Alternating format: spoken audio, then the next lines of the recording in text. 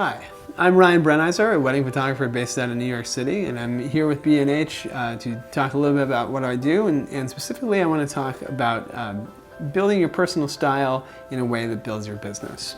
You want to build something that's very personal and something that's a little bit different than other photographers around you. So as artists, of course, we're always seeking to be the best that we can be. I always want to be better today than I was the day before. But a lot of people start out and just say, okay, something very generic, I want to be the best wedding photographer.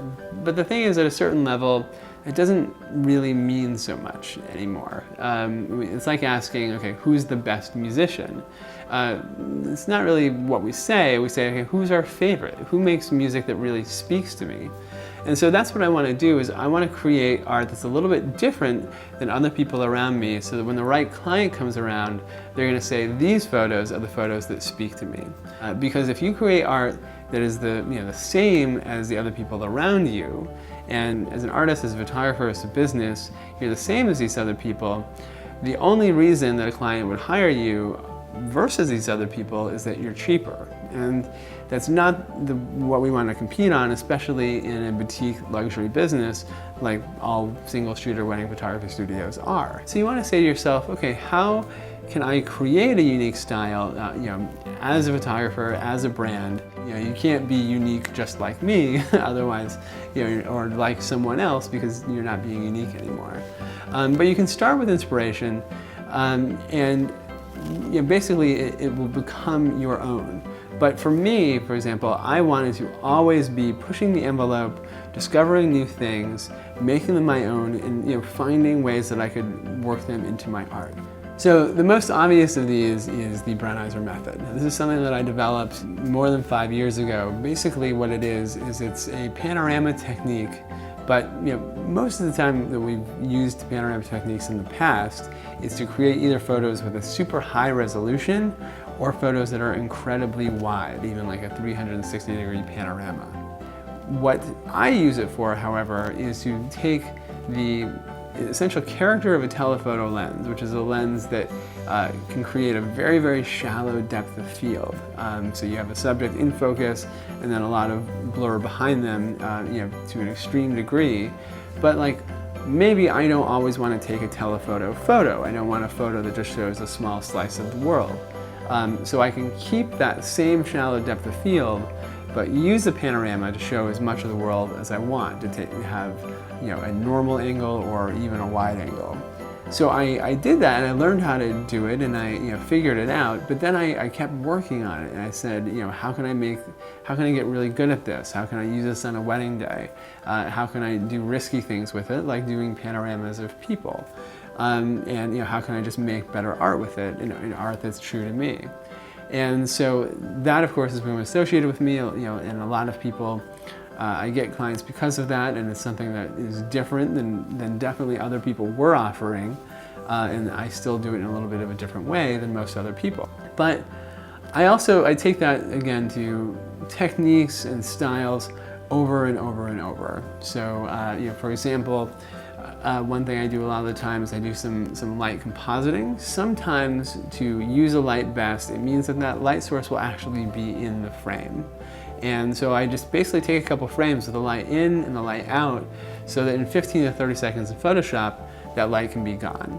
And what this does is this opens up a whole number of solutions of places where I can take very unique, different sorts of photos, whether it's group shots with everyone lit individually, or shots where I'm just very quickly trying to overpower the sun, which you can only do with little speed lights if you're very close to your subject. Whatever it is, it allows me to sort of use art in new ways and in ways that aren't easy for other people to do. So again, the first thing was to say, okay, I want to try this technique that's a little bit difficult.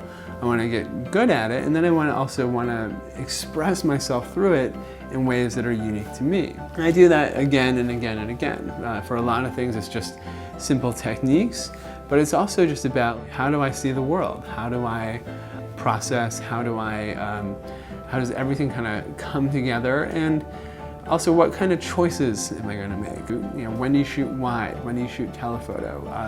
How do you process? What is your style? I really love, the idea that weddings aren't just about beauty.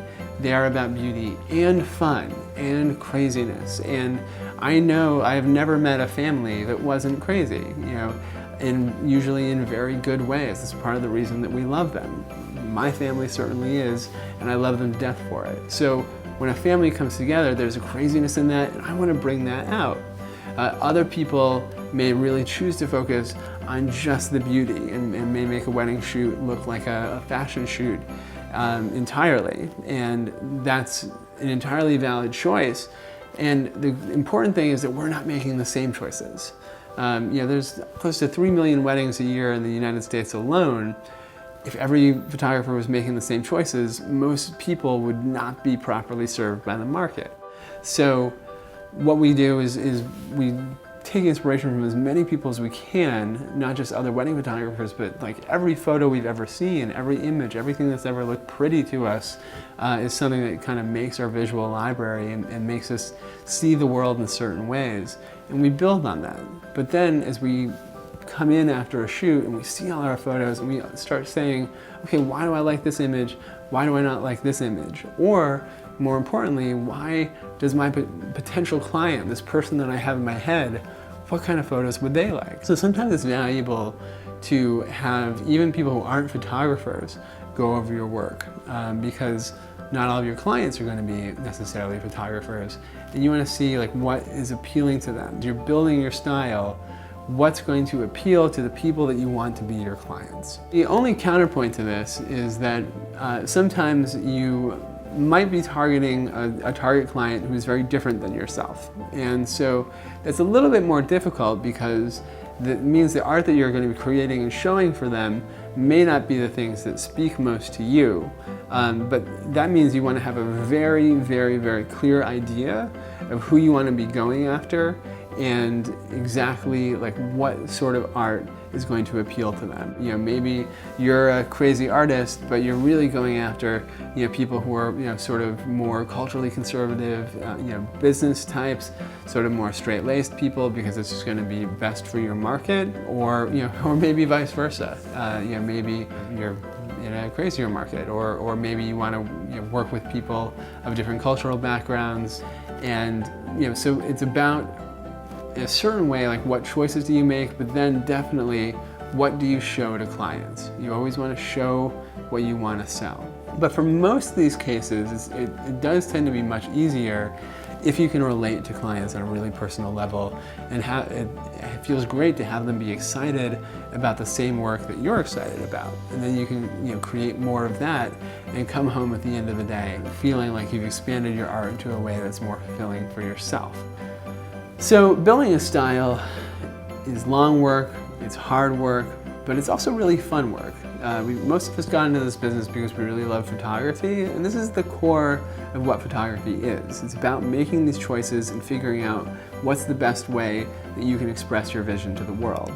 So this is the part where we can really, really go out and become who we are as artists. So thank you very much for watching. This has been really exciting. Thank you for B&H for coming and sitting with me. This is Ryan Brenizer, and have a good day. Whether you're a hobbyist or a professional, B&H has the answers to your questions. Experience a world of technology at our New York City Superstore. Connect with us online or give us a call. Our staff of experts is happy to help.